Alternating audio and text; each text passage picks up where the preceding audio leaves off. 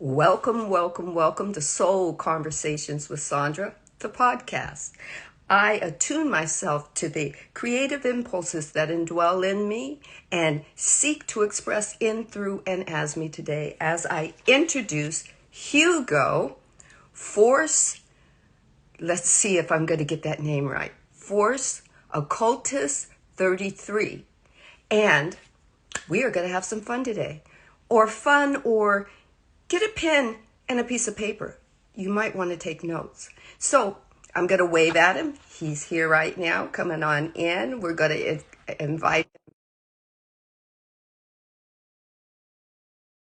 So I hope you got your listening ears on. I hope you got your notes and a pen or pencil. Maybe a pencil is good. You might need an eraser. Welcome, welcome, Hugo. Hello, hello. Hi, guys. How are you? We are good. We are good. And as people are going to be coming through, we're going to welcome you in. Here's some rules for the people that will be engaging. Any questions you have for Hugo, please put them in the question box. And please refrain for asking to be part of the podcast. It is just him and me, and hopefully we will keep you included and excited, all right? If you ask any questions for him, make sure they are not personal questions because my podcast goes across all of my platforms. I will not hold it back for anything or anyone that has personal things that do not want to be shared outside of this platform. I hope that is okay with you as well, Hugo. If there's Yes, absolutely. if there's any questions that I ask you, feel free to use that sentence called no, period. All right? Yep. Are you I agree. I agree. ready?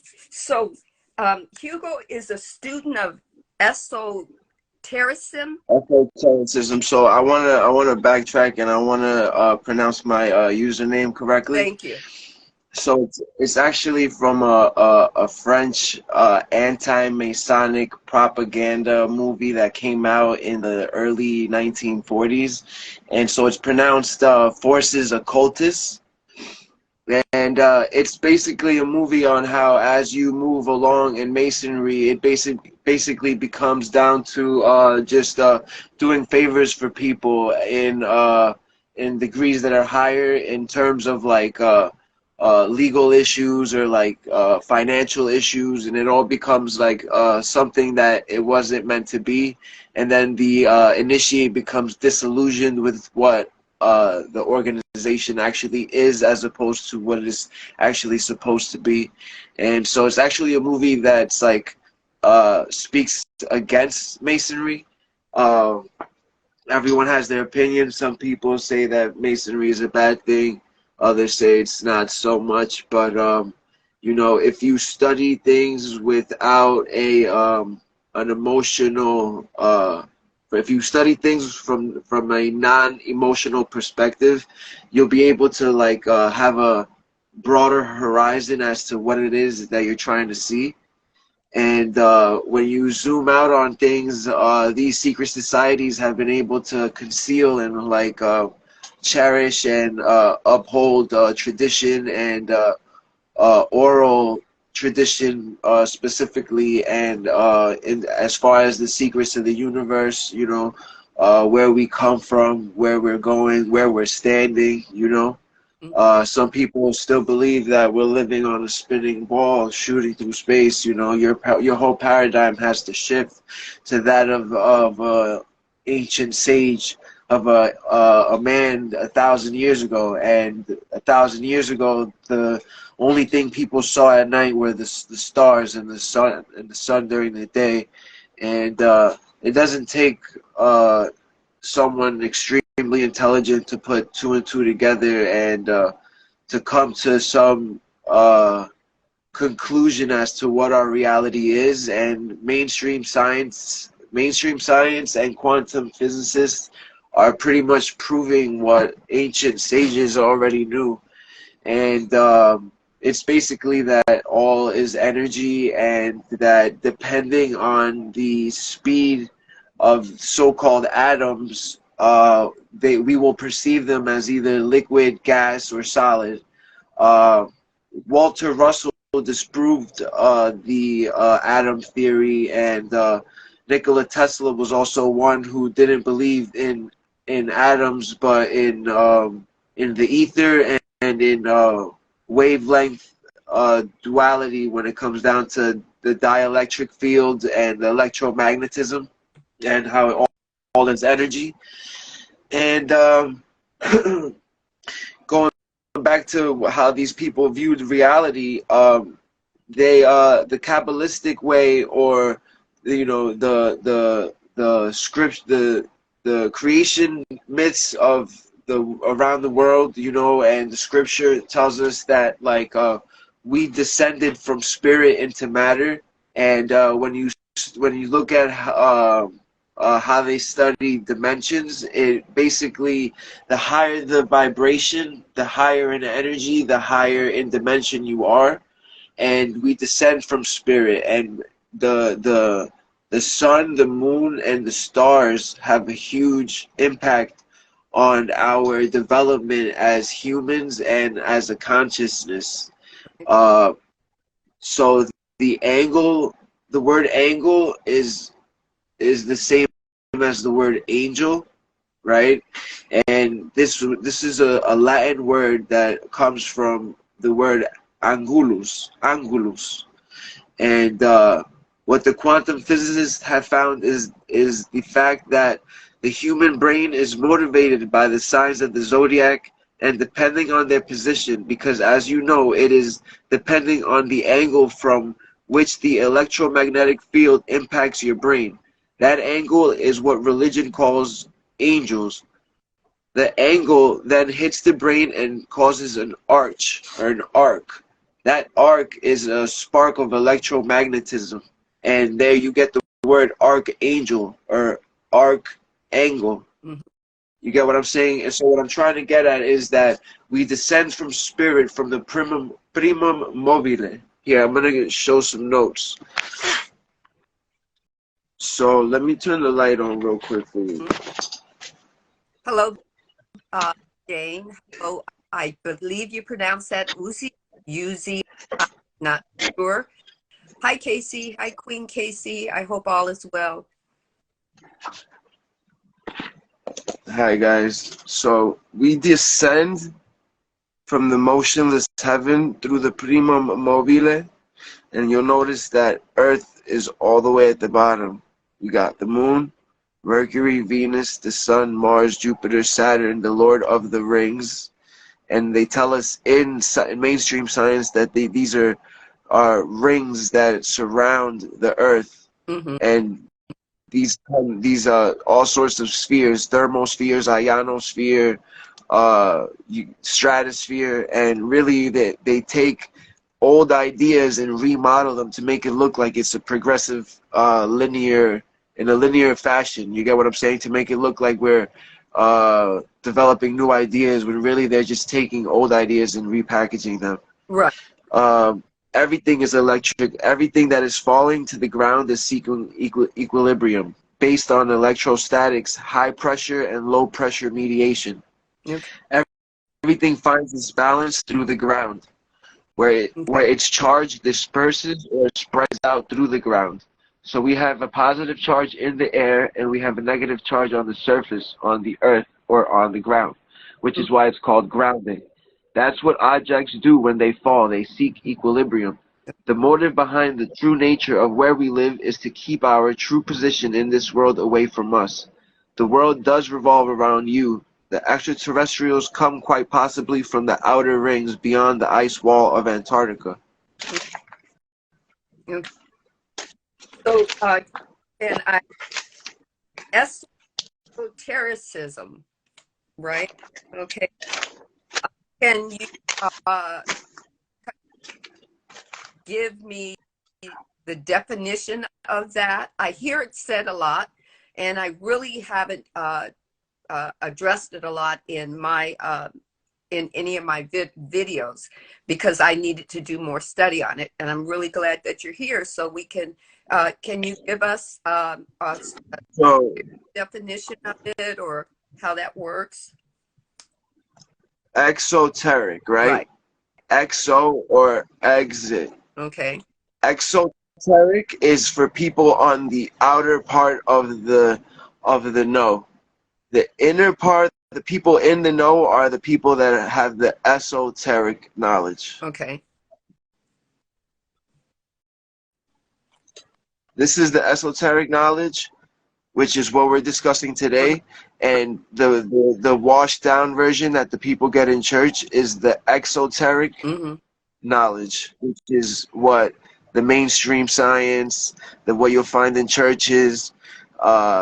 This is what the esoteric is what the Freemasons, the Sufis in Islam, what the ancient Celtics were doing with the ancient Druids. This is what they took. And ancient Rome came and took this knowledge and made it literal and turned it and personified it and killed off the ancient brotherhood of men who passed down oral tradition as to how we descend from higher dimensions Okay. into matter, and how we go from certain because Santos Bonacci says that the sun is a portal and so is the moon.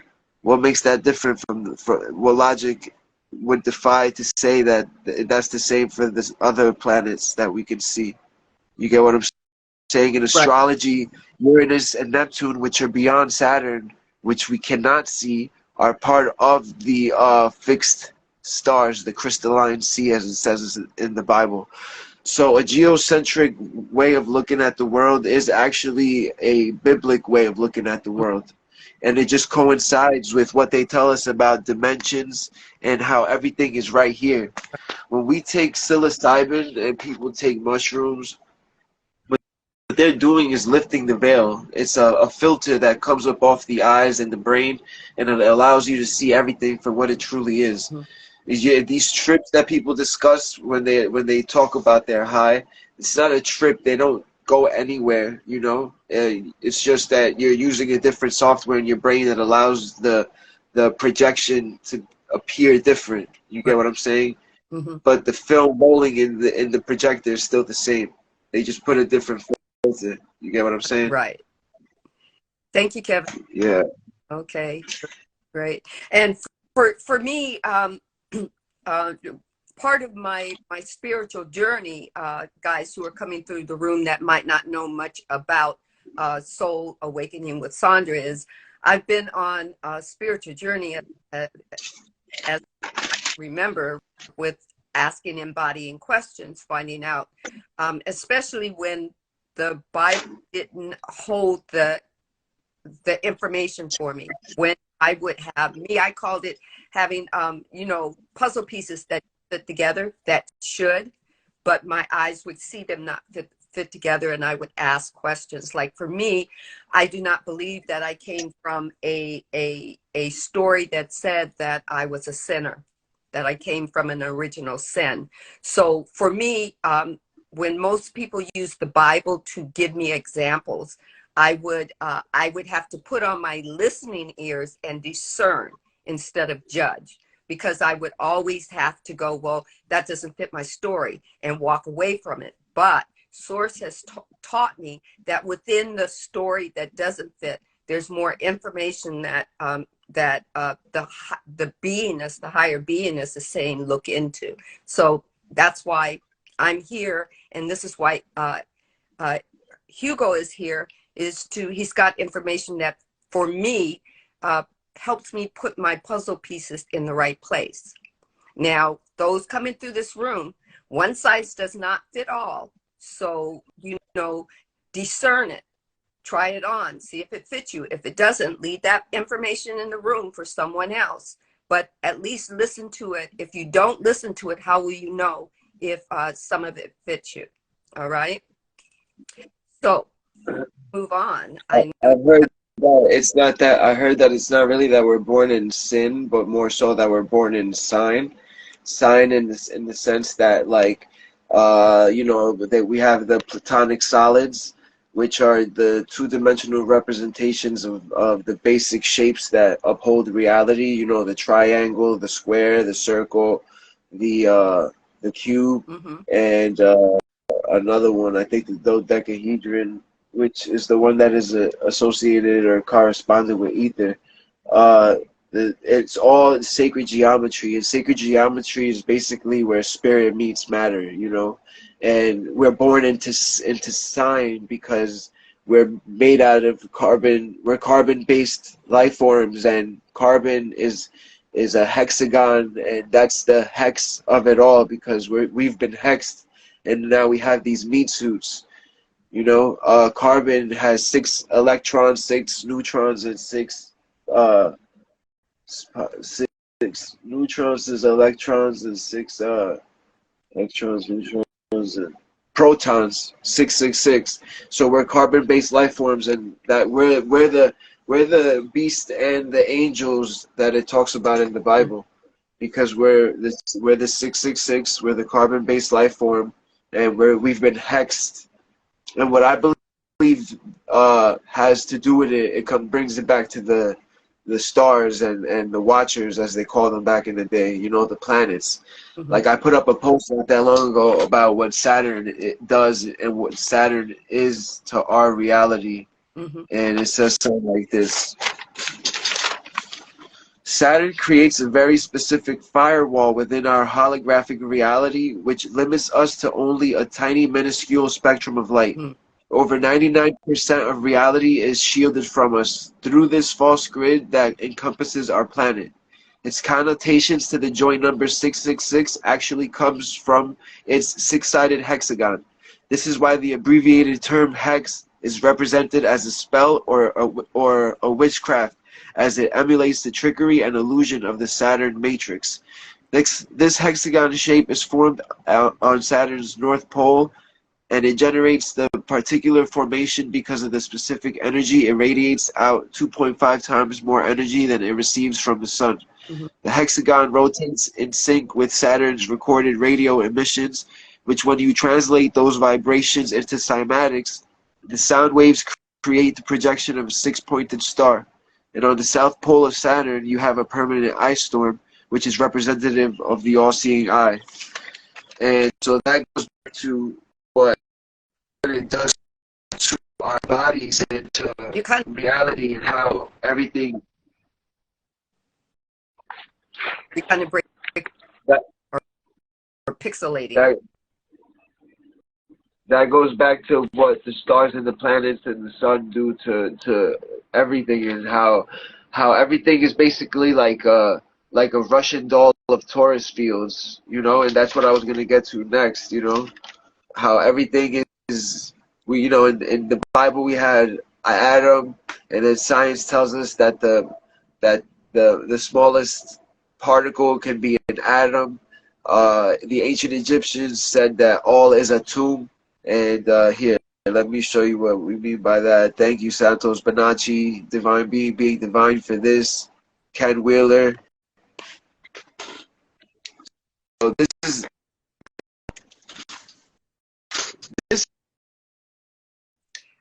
You're breaking up a little.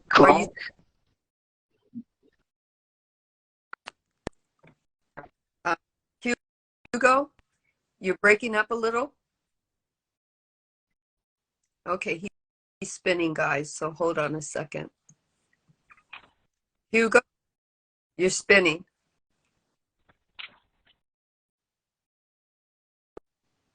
We'll wait till it turns back around. It might be the way he's holding his Hugo, you were spinning. Can you hear us?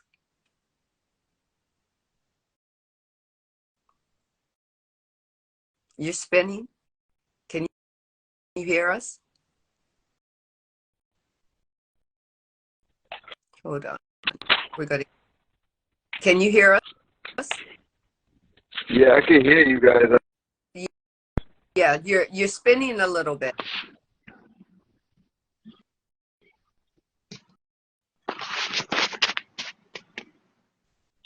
So when you were getting ready to explain the next reading, the next part, you started spinning and pixelating.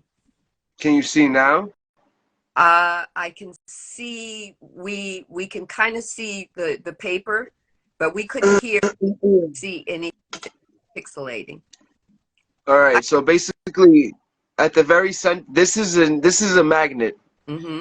and out of this, you can explain a clock. You can explain the cycle of the moon. You can explain the cycles of the sun, and you can explain the cycles here on Earth, and you can explain the zodiac right here with the zodiac.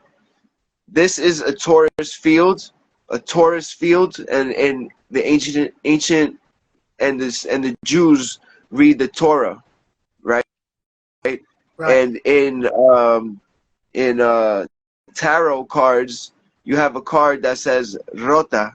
So this is rotating, a Taurus field, rotating. It's torque, a tornado. It's a torch. It's turning. So at the top, you have blue shift, and it's turning left. And at the right, you have red shift turning right. So the energy is going to the left, down, out, and back up to the top.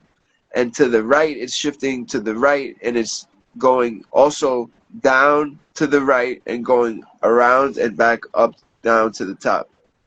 This is an apple. This is a galaxy. And the plane of inertia is the center. The plane of inertia is the plane of Earth. This is the flat Earth right here. Okay. Okay, we The see. plane of inertia.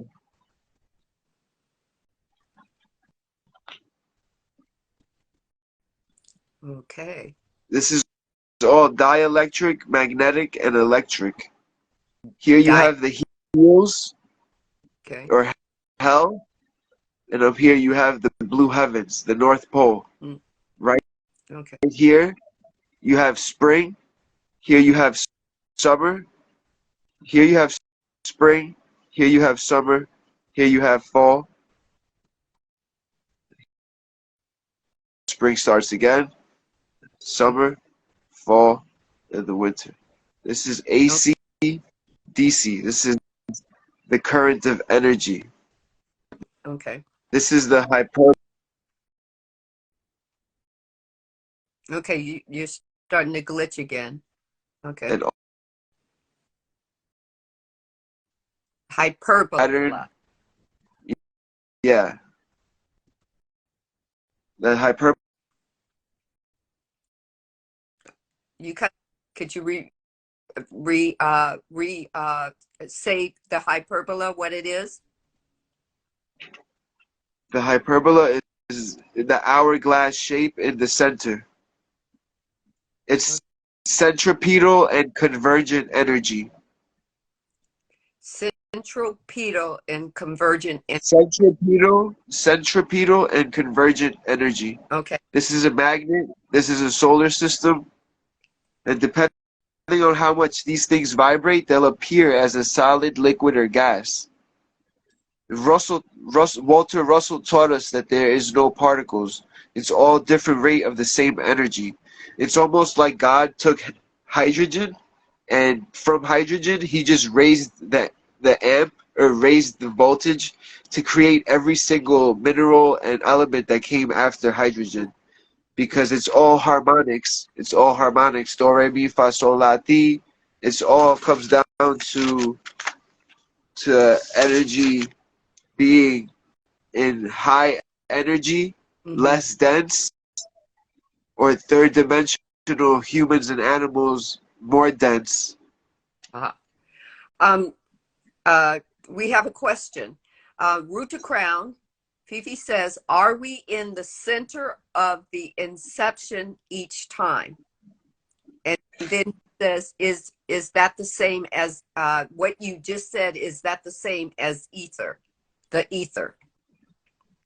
The ether is like the glue. The ether is like the glue, and We are at the center. We're at the center. We're on the longitudinal earth plane. Okay. This is the G in the middle of Freemasonry. This is the generator. Okay.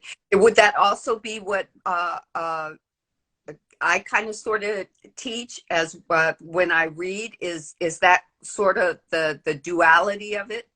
That Yes, exactly. This is our Father. The Sun is alkalinity, and down here you have acidity. The Sun set, which then later became Saturn, and Saturn exalts here in Libra, and Set is acidity, and so is Saturn or Satan or Set. So the Sun sets, and the Sun exalts in Horus, the Sun, and it exalts in Aries. In ancient Egypt, the Sun, they used to call it Horus, right? In midday summer, they called it Ra because it was radiating, and then when it fell, they would call it Set. okay. And in alchemy, this is going from alkalinity to acidity. Ah, okay. So Root to Crown also says, so we are at the center experiencing the changing, but cannot see it unless we are still. Exactly, pretty much. You have to still the mind, and you have to forget everything that you were taught, because the way they taught it to us is wrong. The way they taught it to us is wrong, and the way people view everything is wrong. Okay.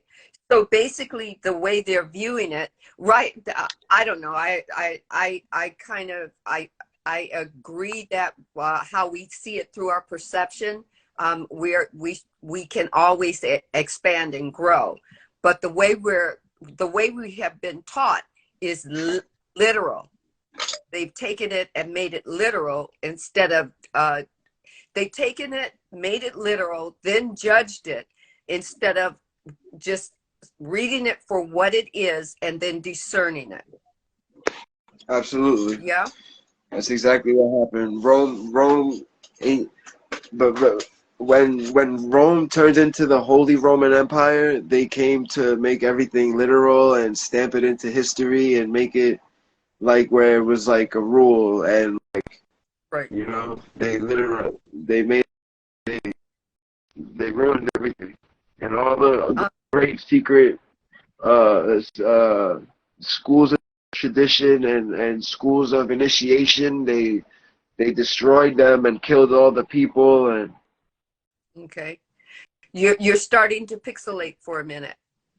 I have another question. Ooh, this is a good question. Do you believe in Yeshua? I think that's as much as I know about that, is that what the name of Jesus or God? I'm not sure. School me on that. Yeah, I mean, it comes down to the name of God, and yeah, before he said Yahweh, I am that I am, he said I am that I am, and yeah, I mean, the God I'm talking about is the creator God of the demiurge of the Gnostics. Absolutely. Right. Okay. Yahweh. Yeah. The Tetragrammaton. Right. And then because I call Jesus not Jesus Christ, I call him Jesus the Christ. You know. Yeah, well, that's actually the correct way to use it, because the Christ, the chrism, or the Christ or Christos was a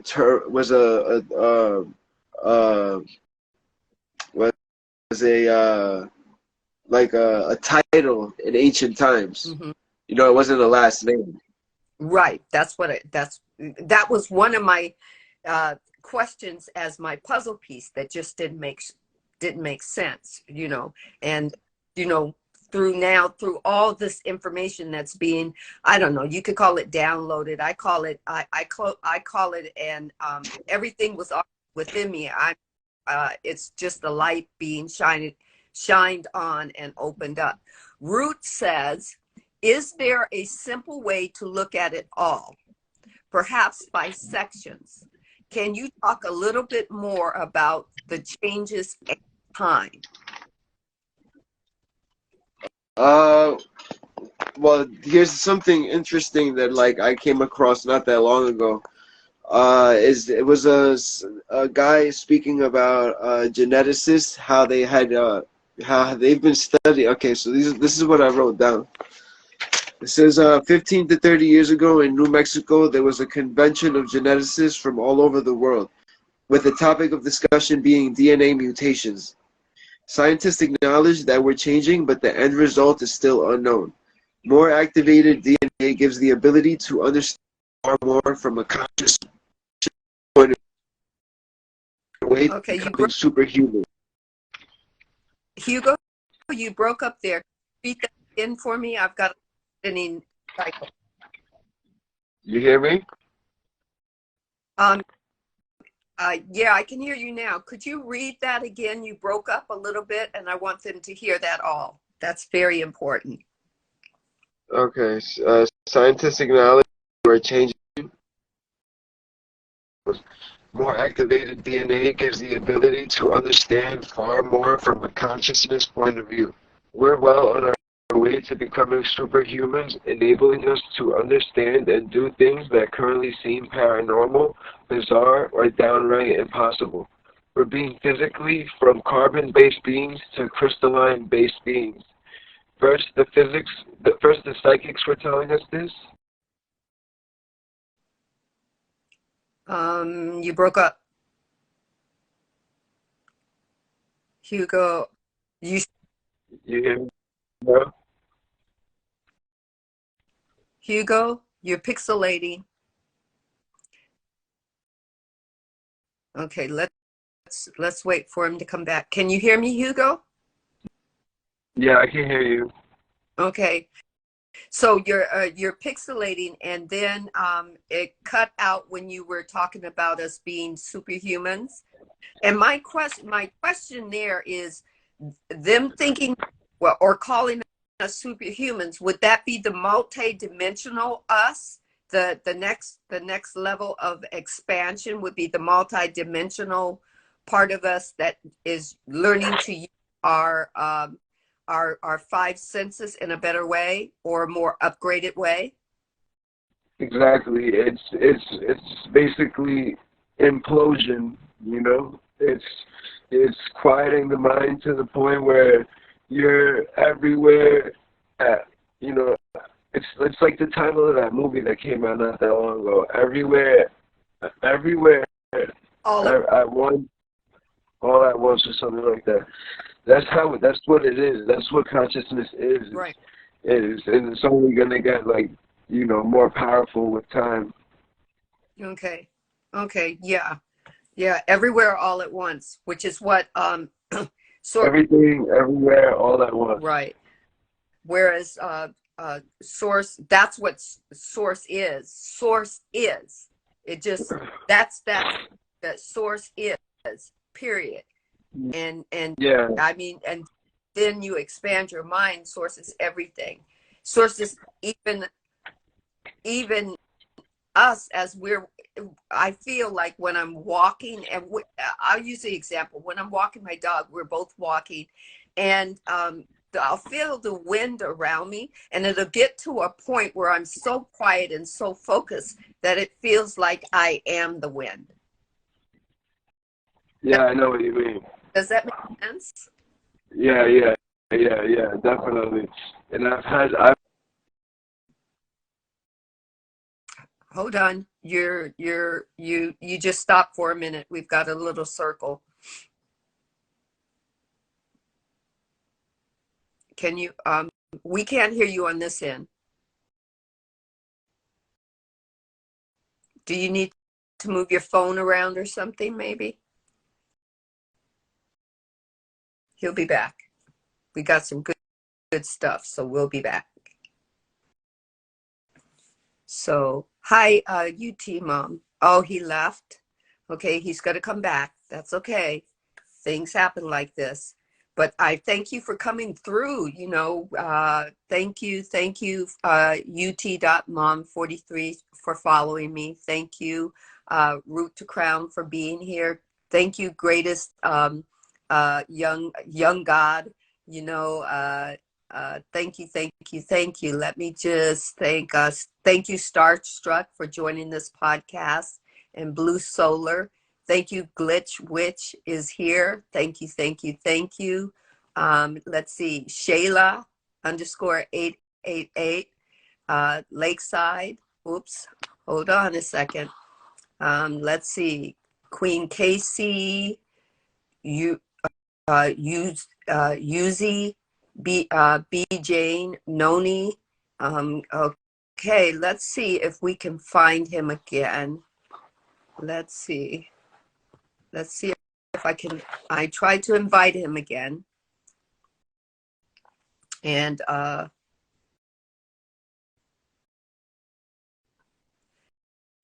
so we are here. We are talking about. He is a student of esotericism, occultism, and conspiracy theories, right? And you know, he's welcome. You're back. Yes, hi. I'm so sorry. Oh, that's okay. Yeah, So we were talking about hold on a second. Hi, Nigel. Hi, another nice mom. Welcome. Well, what we were talking about is Root to Crown had mentioned, can you talk a little bit more about changes in time? And we were talking about source, or I call it divine, the divine creator, yeah. about being all things everywhere all the time, all at once. And we were talking about that movie, that comedy, well, it's comedy action movie, about I think it's all the time, all at once, or something like I that. think it's everywhere, everything, everywhere, all at once. Right. So, but yeah, I was just gonna finish reading this short thing. It said, first the psychics were telling us this, now the scientists are backing it up. What we know for sure is we're going through a shift. In almost every ancient text in Bible, it speaks about a great shift and awakening. The Bible speaks about the second coming of Christ. This is interesting because Christ is the name of the third level of consciousness. We are moving into Christ consciousness. It's the coming of Christ through the human species. Right. Yeah, and as you have more like Kundalini awakenings, and as you have more of your chakras aligned and more at a higher when you're living a wholesome life in terms of like you're not having like lustful sex, you're not like watching porn, you're not consuming certain foods, you're not listening to certain music, you're not watching certain movies, like you're careful about everything that you intake on a mental, spiritual, and physical level. You have to try to become less gross, and I don't mean like aesthetically speaking, I mean like less dense. You know, you have to stop consuming dense, dead flesh to sustain life. You know, that's one way.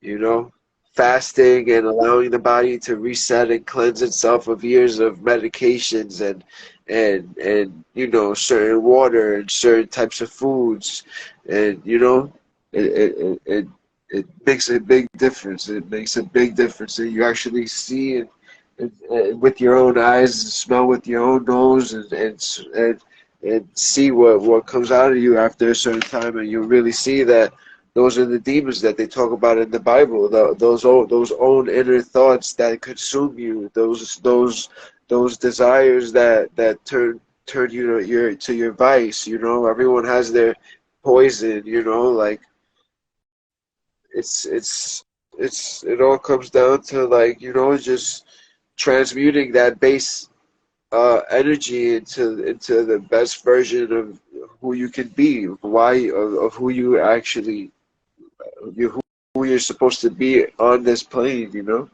Mm-hmm. Okay.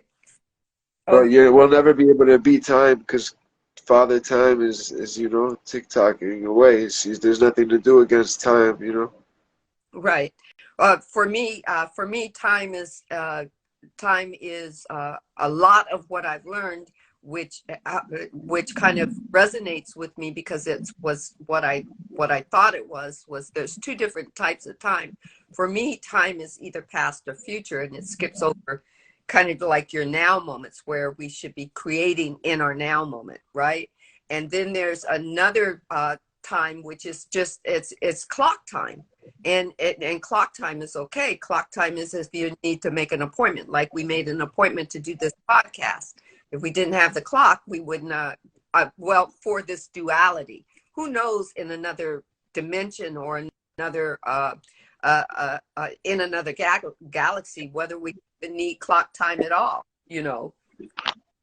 Yeah, on a greater scale, like, centuries turn into like days, Right, right. Like on a large scale, like little things don't even matter, those things that annoy us during the day are our own self annoying ourself, Right. our higher self, just trying to show us the correct path. When you ask for patience, God's not going to give you more patience. He's going to give you the opportunity to be patient. Right.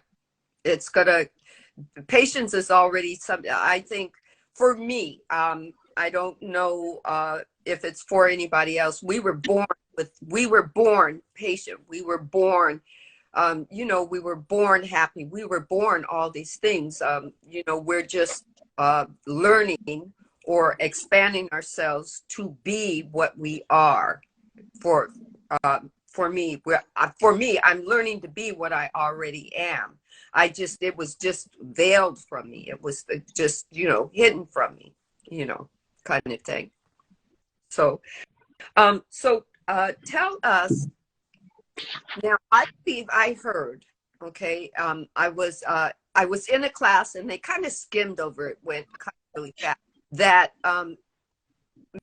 many people mistake the word occult to mean evil, but occult, the definition of occult means something else. It means of God or something like that.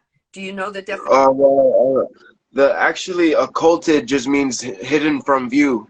Like, for example, the rest of the frame behind your head is occulted from my view because your head is in the way. Oh. I can't see the rest of the painting you have behind your head. Yeah, now it's been brought to light because you moved your head. Right. But right now it's occulted from my view. That's all it means. Occulted. Now then that word evolved into there being cults of people worshiping certain deities or certain people and following certain rules. That's a space cult. That's different from occult. OCCULT. Occultism is a whole nother school of philosophy that involves with that it has to do with like nature, magic, with like astrology and astronomy, which Okay. are basically the same science. It's just that astronomy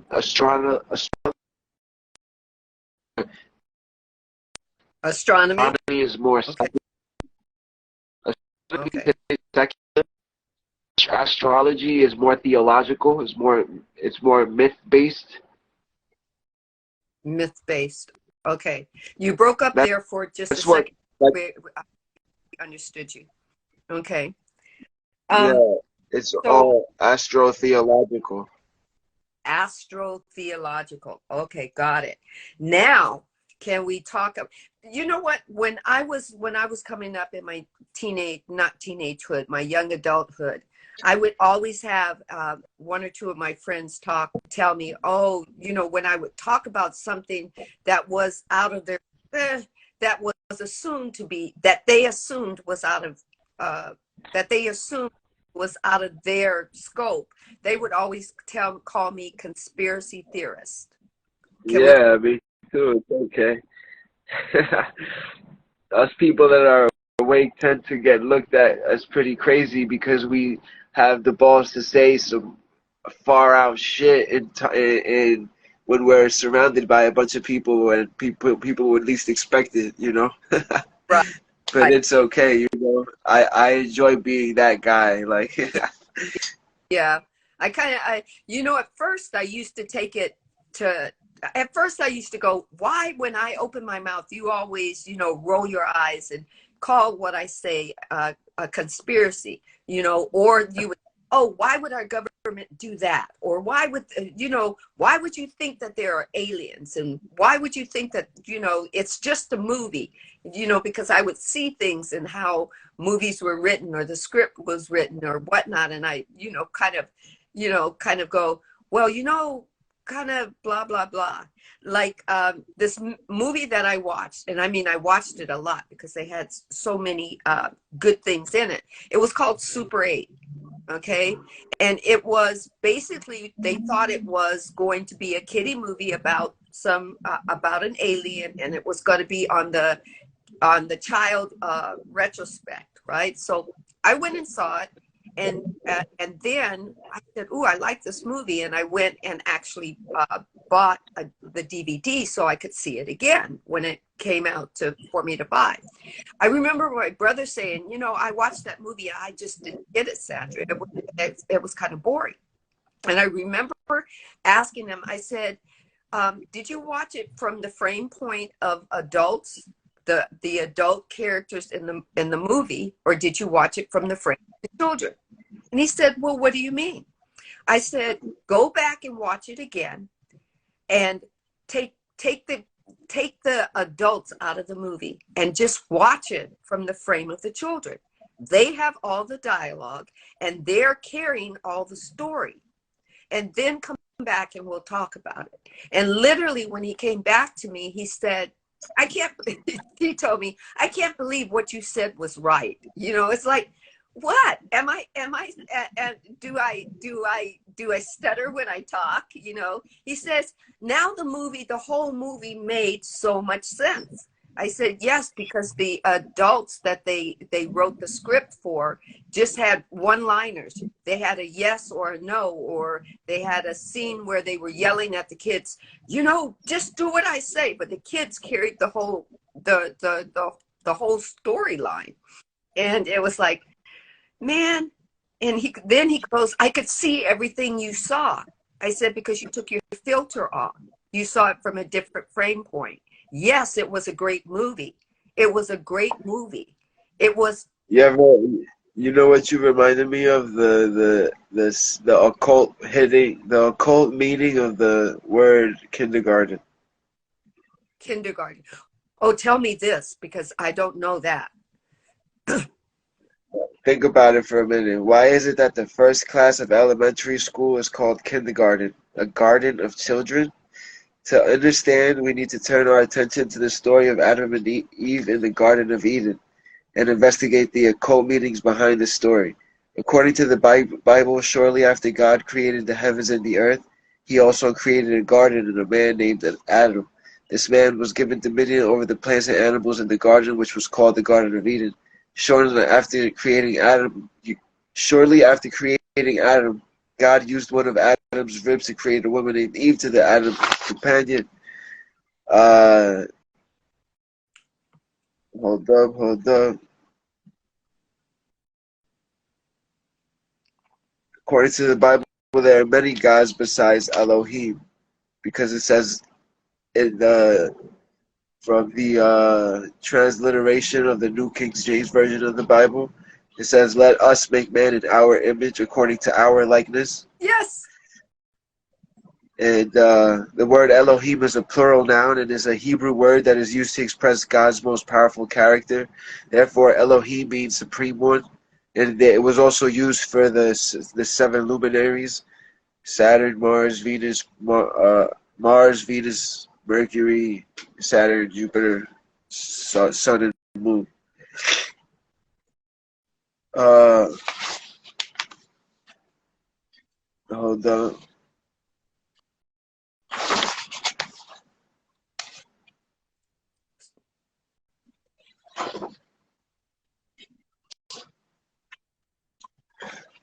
Basically, in kindergarten, they view our minds as fertile pieces of land, and as we grow, they plant seeds in our minds, and that's actually also the definition of not only indoctrination but also of casting a spell. You know what I'm Yes. saying? Then yeah. It's Yes, that's it's that makes sense. it changes your whole perspective, and it's like actual sorcery that these people are practicing.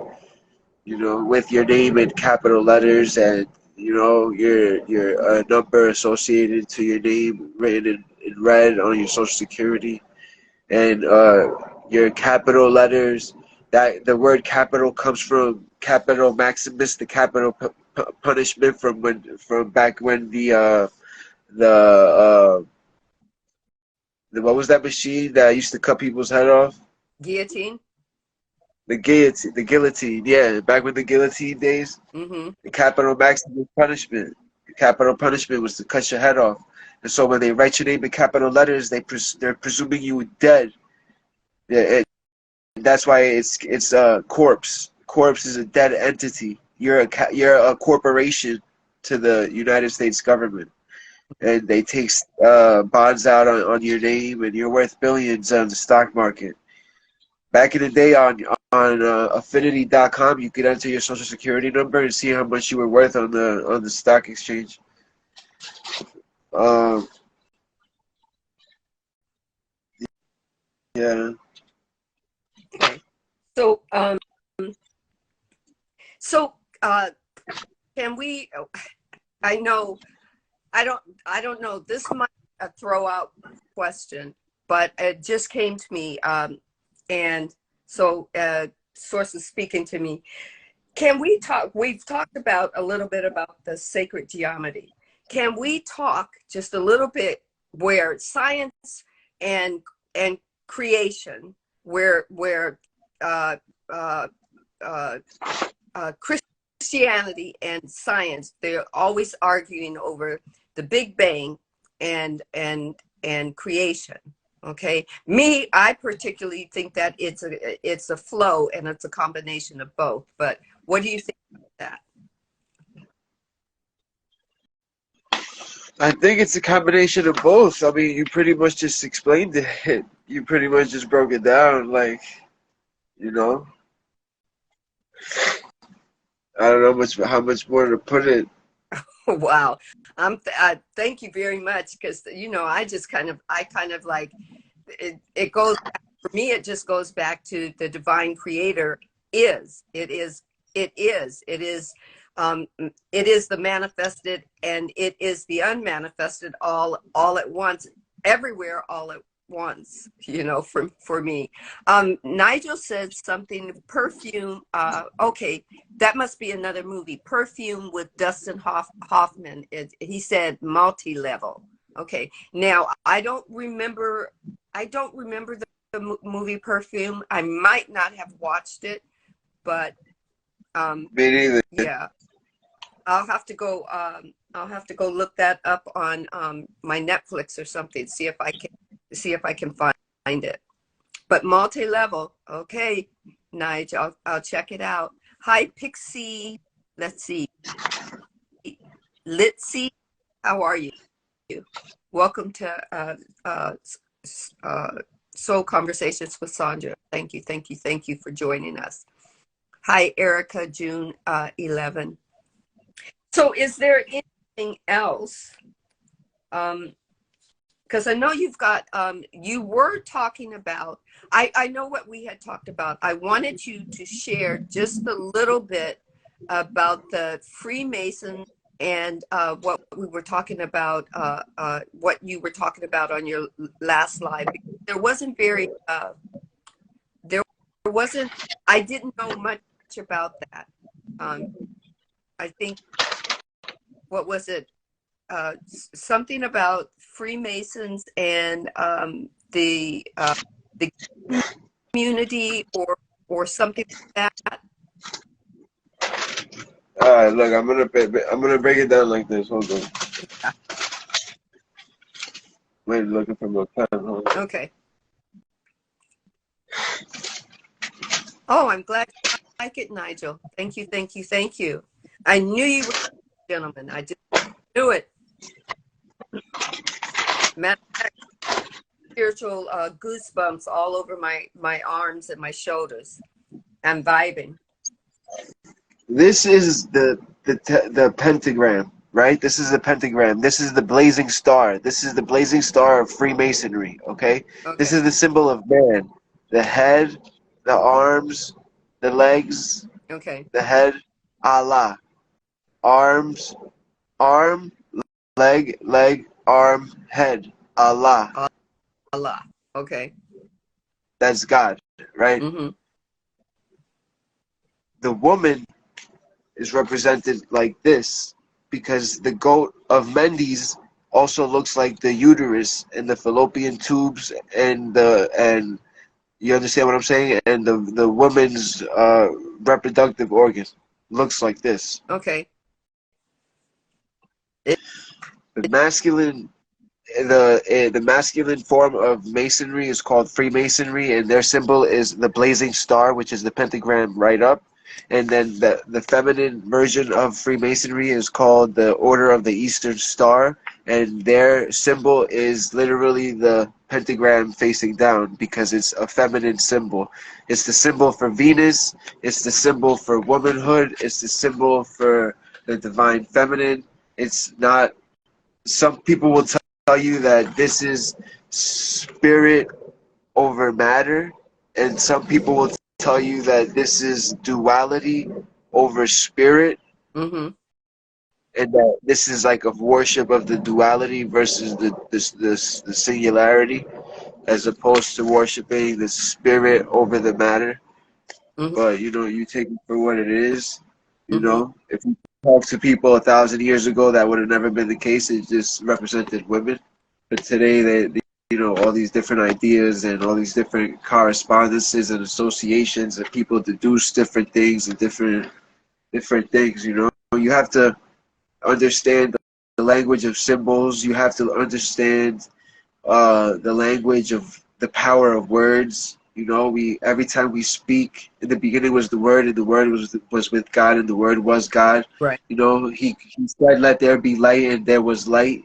You know, when we speak, we actually create, and we cast spells. That's why it's called spelling, and we learn cursive because we're learning how to curse at people and creating our realities through our words and our thoughts and our actions. And they teach you these certain things in a religious form, and veiled in allegory, in mysticism, Mm-hmm. and to tell you about biology, geology, cosmology, and philosophy and alchemy. And this is what Freemasons talk about and discuss and recommend books about.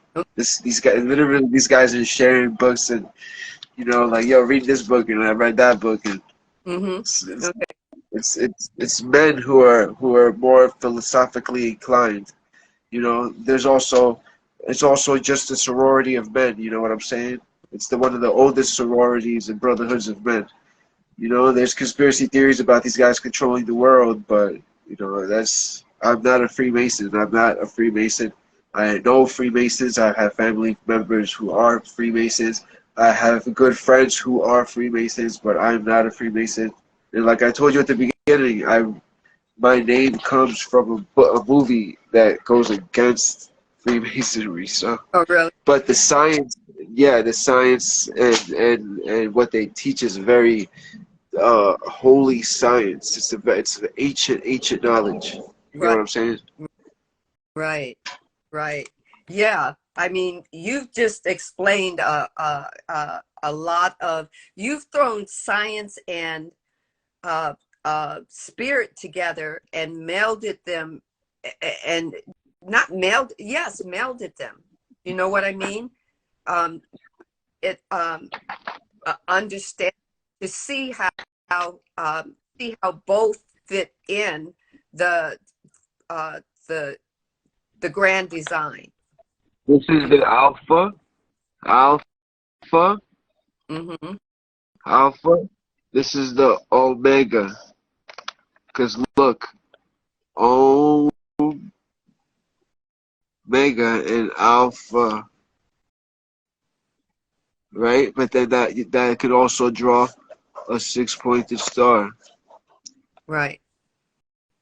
Okay, so without Oh, an omega, that would mean that there is a beginning and an end when everything that's there. That's another question for me.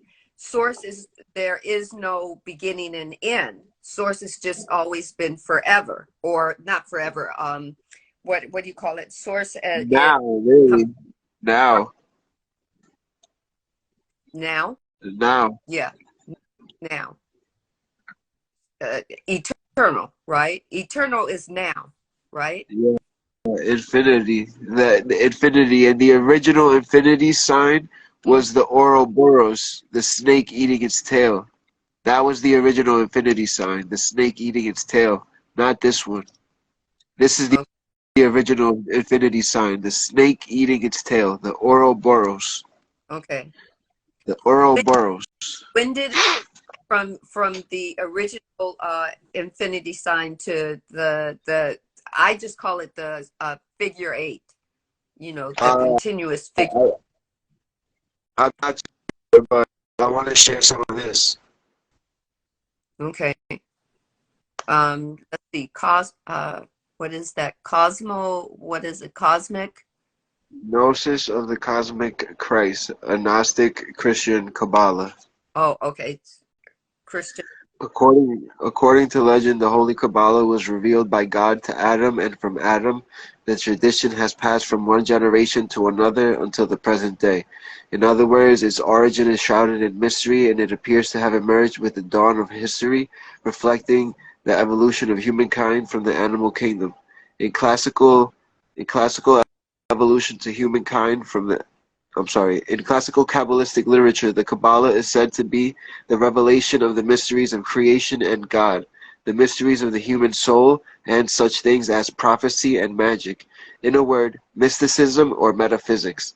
But as much as any of these things, the Kabbalah is a mirror in which is reflected the fiery intelligence that has caused humanity to rise beyond all other species of creatures on the earth.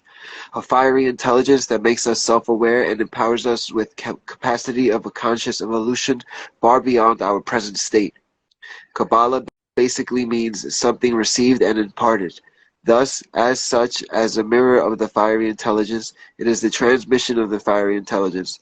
The mere study and contemplation of the Kabbalah tends to kindle the spark of the fiery intelligence in us into a fire that blazes forth an awakening of the greater power of our soul. Mystical experience, prophecy, and wonder-working are natural products of the power of the human soul, imbued with fiery intelligence, as is scientific discovery, art, philosophy, and every other expression of human intelligence. Okay. Wow. Are you still reading? Because you pixelated a little. Are you turning the phone? Okay.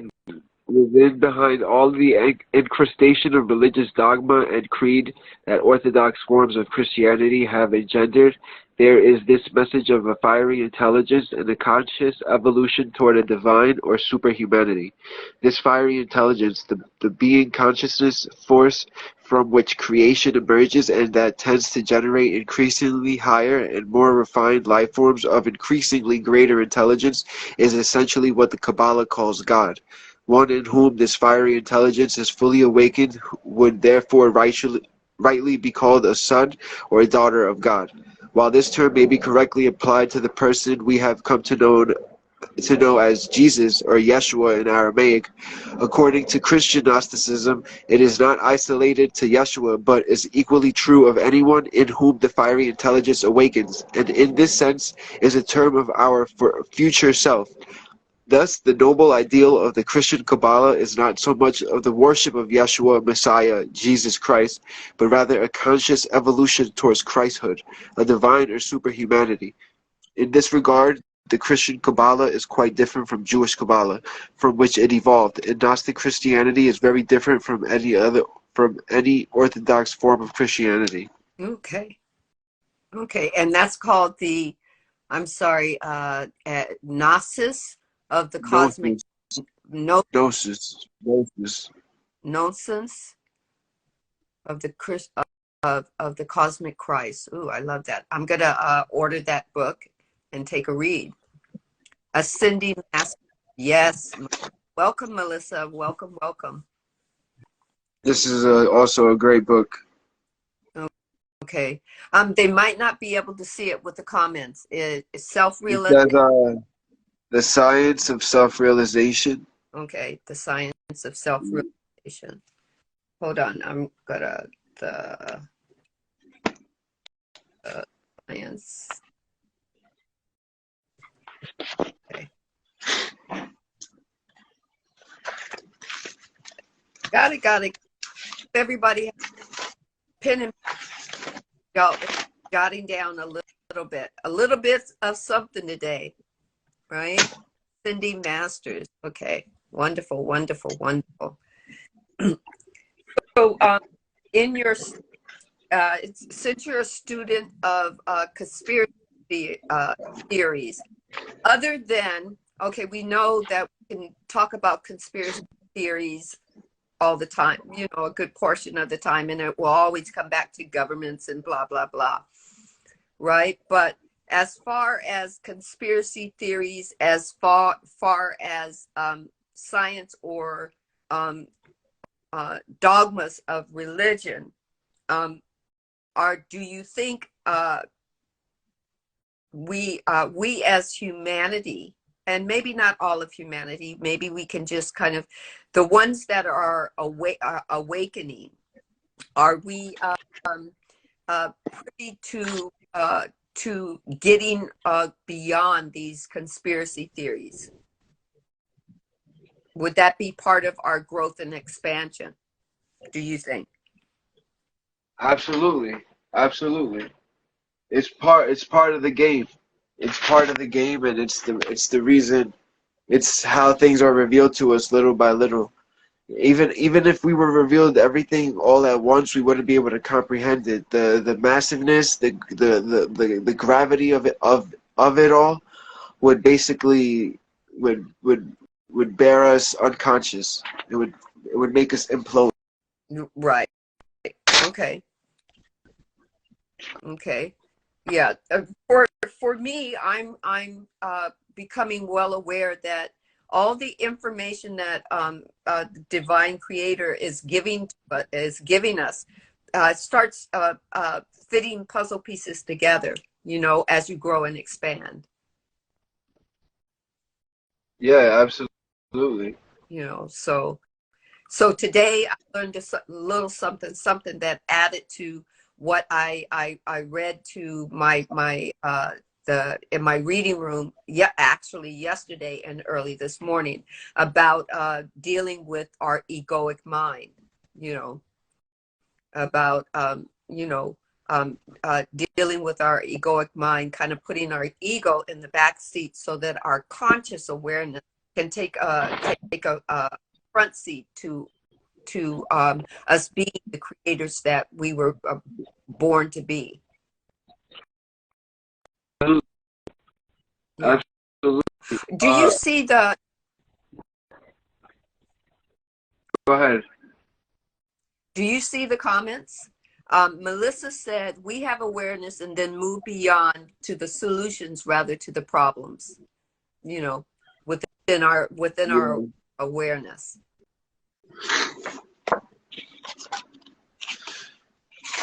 One of the solutions is to study natural law, study God's law. Okay. The universal. Educate your mind with the knowledge of God's law, and applying the knowledge to your life are two of the most important things you can do. Study man's law and the legal system. Do not ignore dark forces. Speak out against things that are negative to society, to the psyche, to children. To speak out against evil. Right. Silence is a form of approval. You know what I'm saying? Right. Be wary of this harmonious and disempowering music. Uh, learn how to use learn how to use words wisely. Learn how to speak about yourself wisely. And you have to first realize that true freedom requires great responsibility. Right. Okay. We're listening. Keep sharing. Nigel says big steps for those that are just awakening. Too much at once is like hurdles. And you're absolutely right. You know, I remember once upon a time, you know, that's why I always had embodying questions, you know. So by the time I got ready to jump the hurdles, I could, you know, but sometime I got overload, you know. Yeah, look, the truth will set you free. Do not ever forget that. By now you should know that mankind has been enslaved for a very long time and is being used as a biological battery to power the artificial matrix. Sadly, most people are still spiritually asleep. Furthermore, they lack the courage to face the truth. As a living man or a living woman who is spiritually awakened, it is up to you to decide if you want to share the knowledge in this book with other truth seekers to wake them up from the artificial matrix. If we can get about in truth when it comes to law and order, darkness will always surrender to light. The darkness is the field where light is born, and therefore is the attribute of the divine feminine energy. The material world cannot exist without the darkness and the light, because when one of them is missing, forms and colors cannot manifest. Yes, I totally agree. This is why duality was created. Was, you know, there can't be light without dark and dark without light. You know, we can't separate the two.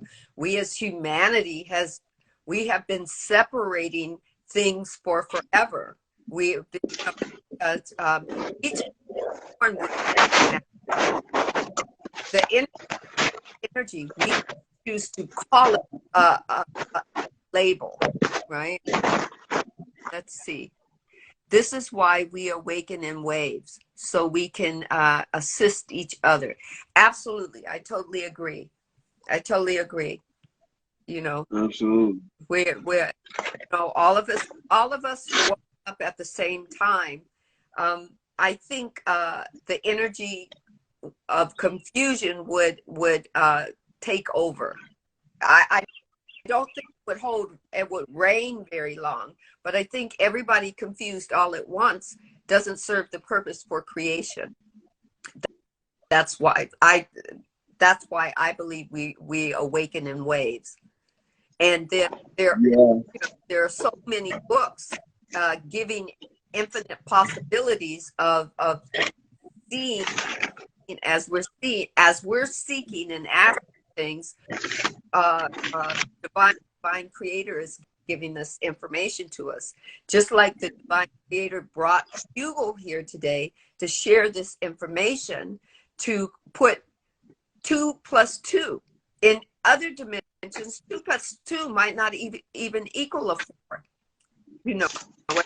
So all of them are you know. And then we have books by Michael Bernard Beckwith, which I'm reading, and Gary Zukav, and we have Dolores Cannon, who talks about what we consider the word aliens, and talks about, you know, infinite possibilities. We as humanity have asked God to talk to us, and God is speaking in the format that we've made available. And if we make more formats available, Source is going to speak to us even more. At least that's what I Absolutely. Right? Yeah, when you make yourself more receptive, you know, receptive to certain things, it's like changing the frequency on a radio, you know, tuning into a different radio station, you know. The Right. signal the signal is there, but you can't touch it, you know? It's all about tuning into the right frequency and staying vigilant and aware of everything and question everything and go back as far as you can and learn about as much as you can. Right, right. And then for for me, like I say, before I read and after I read, and even during them, you have to. We are, as human beings, we have been taught that one size is going to fit all, right? But Yeah, not fit all. You have to try it on for size. You have to see how it fits you. And if you kind of like it, but it doesn't fit good, then you have to tailor it to you. You have to take a little something from here and a little something from over here. And okay, how do these fit together? Sandra is reading this book and Hugo is sharing from this book. And it sounds like these two fit together. It sounds like I can blend these two together and it can be what I need to be the that I am within me, right? And absolutely. you know, let's see. Bullet Man says, "Cheers, cheers, fellow aliens." Yeah, you know, I sometimes, you know, I feel, I don't know. I feel like an alien in this world of duality, but at the same time I feel like it's only because I've expanded much more in this duality than than I know, and I feel like it comes from another place. I don't know how to explain it. Sometimes there just aren't words for me. I know that this is I know I drop uh, uh, weight wise, right? I know that, you know, I changed my eating habits, but not for me to drop so much weight at once. And I know my ego wanted to say, "Oh, Sandy, you must be sick," blah blah blah. But I kind of put my ego in the back seat, and I said, "Nope, I have this embodying question. What does this mean for me?" And then I heard Dolores Cannon in one of her, I was watching on YouTube one of her excerpts from one of her videos, you know, that she did, that she was on a show and she was speaking and she said, "In the earth has gone into its fourth density. It is not beyond us to move into the fourth density too. Most people think that they have to have these light bodies, which means that you have to die from the." No, it's all a matter of perspective. It's all a matter of what paradigm. There has to be a paradigm shift. You know, your old self literally has to die to give birth to this new creature, which in the ancient mystery schools of the Rosicrucians, they used to symbolize it by a pelican eating, like pecking at its own breast to bleed out onto its young to nurture it. And it's the infliction of pain and to give birth to life, you know. Well, And yeah, that's kind of what I feel. I feel like I've shed it a lot. I feel like I've shed it a lot. I didn't purposely set out to lose any weight. One day I just was. I'll just be real with you because it's on a video somewhere else in Instagram that I did in a live. One day I just stood up out of the bathtub from my meditational, and across from the bathtub was the mirror. And when I looked at the mirror, I actually said, "Who's that?" Right? Because I looked so different.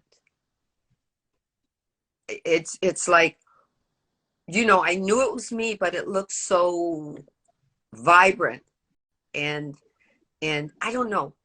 It's like I could see a light within me, and the shape was different. It was, you know, but I knew it was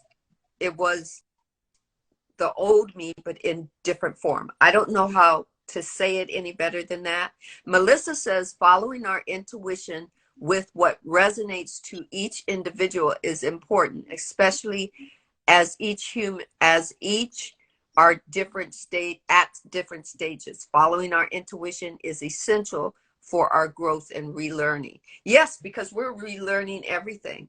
You know, our soul, our higher being is recalling that it where it came from, that it came into this dense duality. I heard Graham Hancock say that every politician should be forced to have like 50 ayahuasca sessions before they consider to be leaders of the free world, because one session of like LSD or mushrooms or ayahuasca can alter your perspective on life so drastically that it can make you quite active, actually shift into 4 and 5D, where you're looking at the world in from a totally different perspective or angle or light, you know, hence that archangel, Right.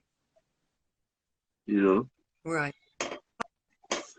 Over Sky, welcome. Yeah, you know, so I know, you know, that parts, you know, parts of the physical me have moved into the 4D. I know that I have moved into my multidimensional self. I know that I am in tune with my authentic self, and I know I'm going right now through a growth, as my mother would say, you're going through through a growth spurt, girly. You know, kind of, you know, when I was a little kid. Hi, Miguel. You know, so Yeah. So did we cover? We've got so much to cover. You're gonna end up having to come back because there's more that we need to cover. Yeah, all the major religions are worshiping the same God and they don't even know it. I know, right? Uh, the Kaaba at Mecca that the Muslims do the pilgrimage is a cube, right? The Jews, yeah, it's a black cube. The Mecca, Uh-huh. the Kaaba at Mecca in Medina is a big black cube, and people walk around it, and from bird's eye view, it looks like the black cube on Saturn.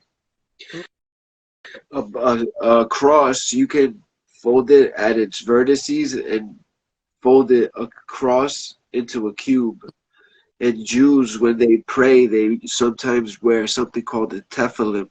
A tefillin is this thing that they tie around their head, and it's like a cube right here. Well, the cube in antiquity, the sun was often associated with the planet Saturn, as it was with so many other celestial bodies and terrestrial elements. El, or Saturn's worship, is reflected in the fact that the Jews still consider Saturday as the Sabbath, or God's day. Since El is significantly solar, it is logical that the many Elohim of the Bible also represent the stars. Okay. El is Saturn, and Saturn has turned into Allah, Allah, and it's basically the same God. It's the cube God, Saturn, the Lord of the Rings. The Lord of the Rings. Okay. Yeah. Yeah, the last portal we have to go through before going into godhood again. As we are manifesting into these carnal physical planes, we go through the portals of every planet and the sun and the moon, and we acquire 7 vices and 7 virtues from every planet or plane or portal.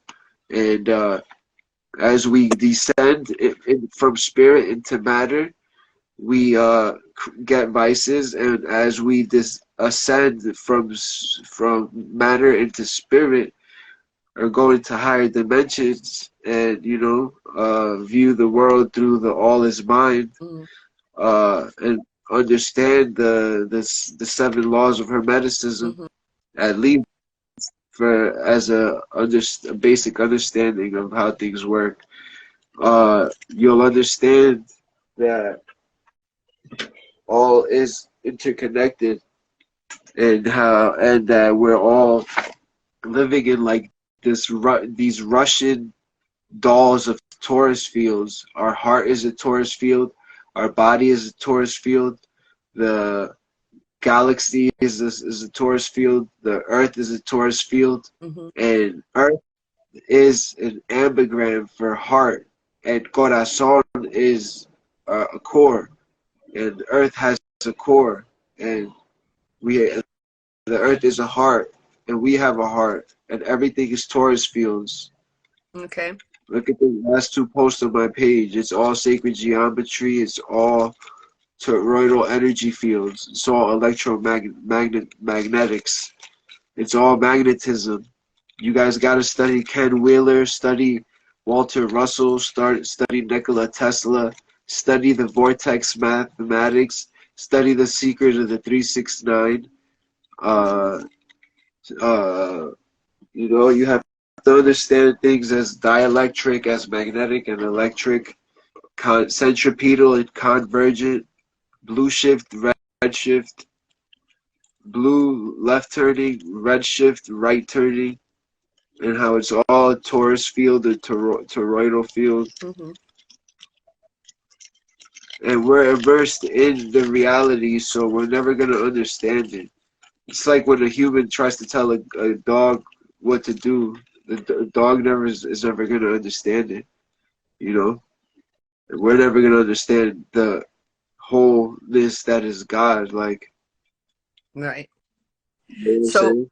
so you were saying when we merge back with the source or the divine being, we go through these portals, and I would I am reading a book the second time around, the law about the law of one and about the raw material. Also, you know, I keep up with Aaron Apke on YouTube as far as you know, the seven polar densities that our soul moves through as it's moving up the densities back to meet to merge with Yeah.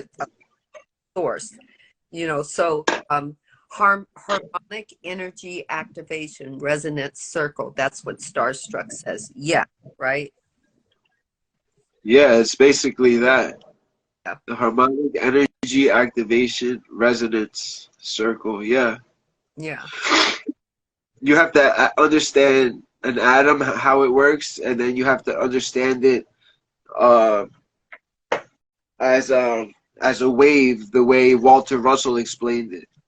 You know, Okay. there's no such thing as particles. And the reason why the scientists of today can't explain it is because they don't accept the theory of the ether. The Right. theory of the ether is what gives the glue that holds everything together. But the scientists, the secular scientists of today, the materialist scientists of today, just because they can't measure it with their gadgets, you know, it doesn't exist. Right. But they're so quick to believe that gravity exists. Oh, right. Melissa says we are all a part of a divine jigsaw puzzle. Each of us have different roles. However, together we are all part of one. Yes. And yeah, that's, you know, the law of one. Everything everything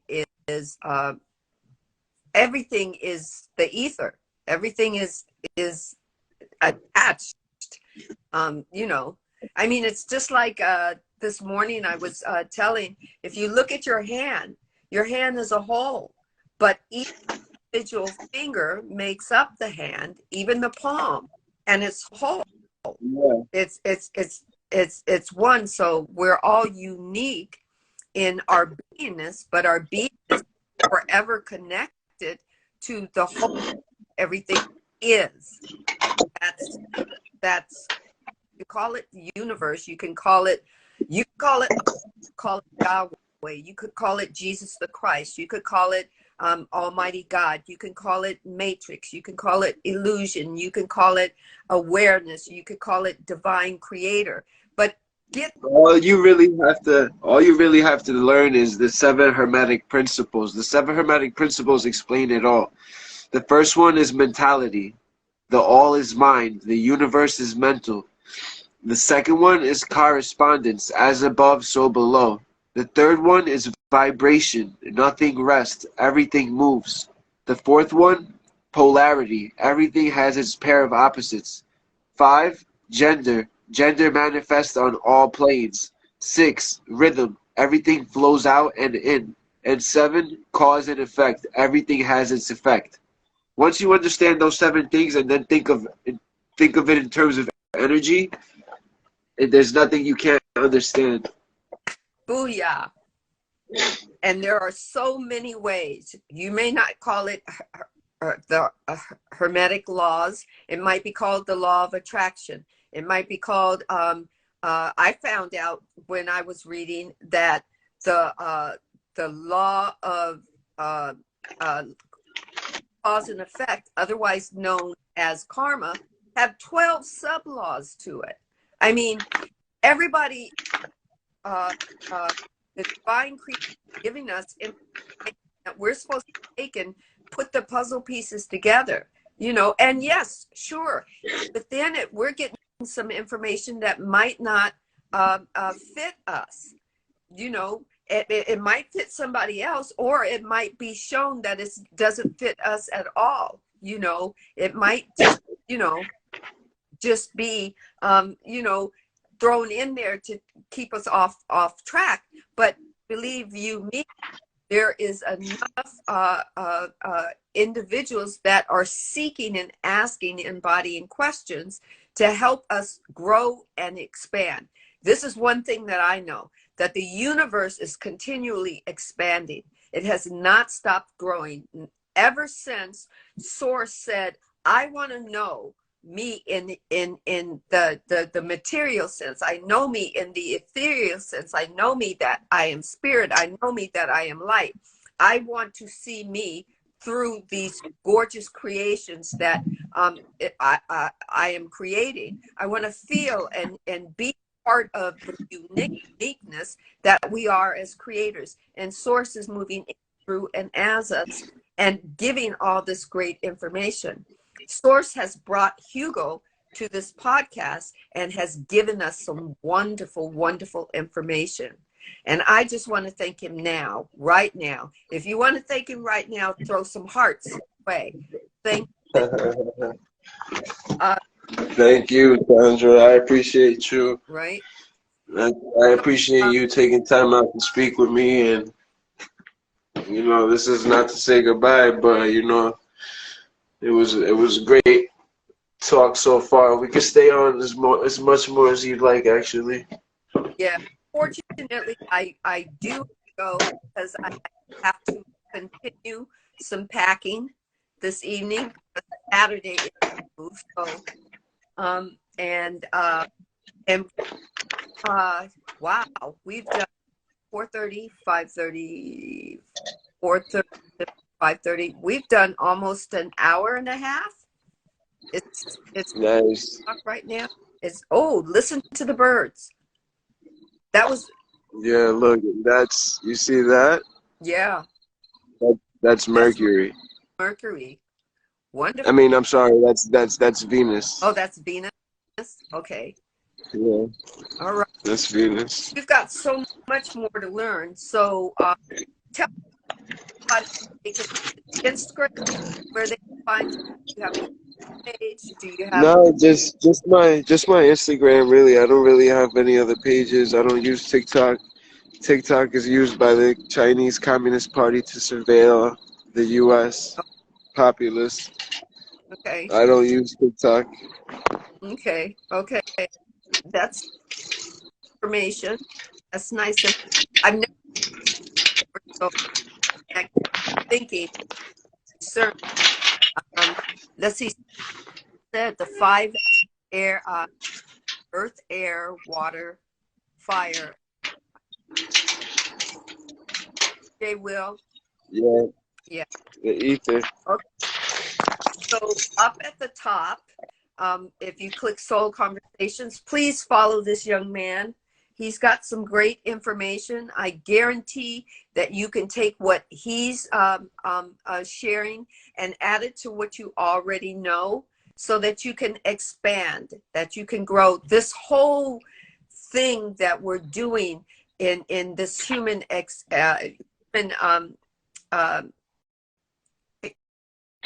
you know, this human creation, you know, is about growth and expansion.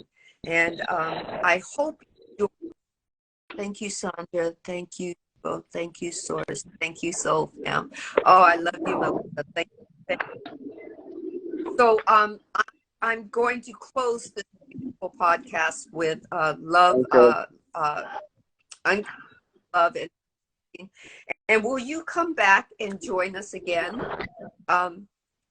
So that we can have some more talk about sacred geometry. We can talk about a little bit about the law of one. Just some more information.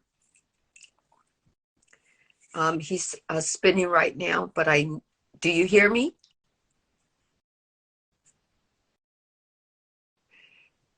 And people, let's give him some hearts. Just give him some hearts. Show him some love. All right. Are you back? Oh, you paused again. Okay. Well, he's outside, so you do. All right. There we go. Check out There's my the heart. page. Right.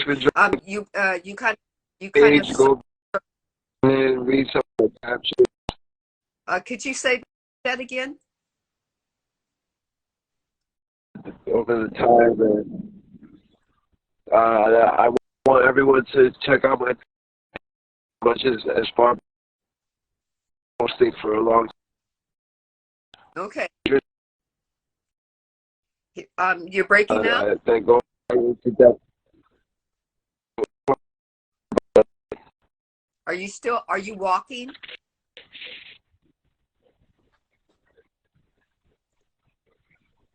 No, I just want people to check out my page and go back as far as much as they can, because I've shared a lot over time. Okay. Yes. And do that. Please do that. Check out his page. This is a wonderful gentleman. Thank you so much, Hugo, for answering the Soul Conversation call. Thank you for being such a wonderful and enlightened guest. Thank you so much for your wisdom and understanding. Thank you for sharing with us. Thank you, guys. Okay. All right. We're Peace, gonna, yes, peace. We're going to get together and talk about a return. Oh, he left. We're going to, we'll get together with him and talk about when he's going to come back and do a second conversation with us and talk a little bit more. Thank you so much. Thank you for the thumbs up. Thank you for joining me. This was so good. This was so good. Thank you so much. I'm closing my soul awakening, or not soul awakening, not the whole Instagram. I am closing Soul Conversations with Sandra tonight with love, understanding, wisdom, and love, understanding, and wisdom. Thank you for allowing Hugo to be part of your home today, part of your spirit today.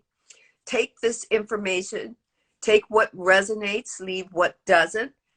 Allow yourself to create and be the creator. Stand on the leading edge of creation and be the best creator you can be.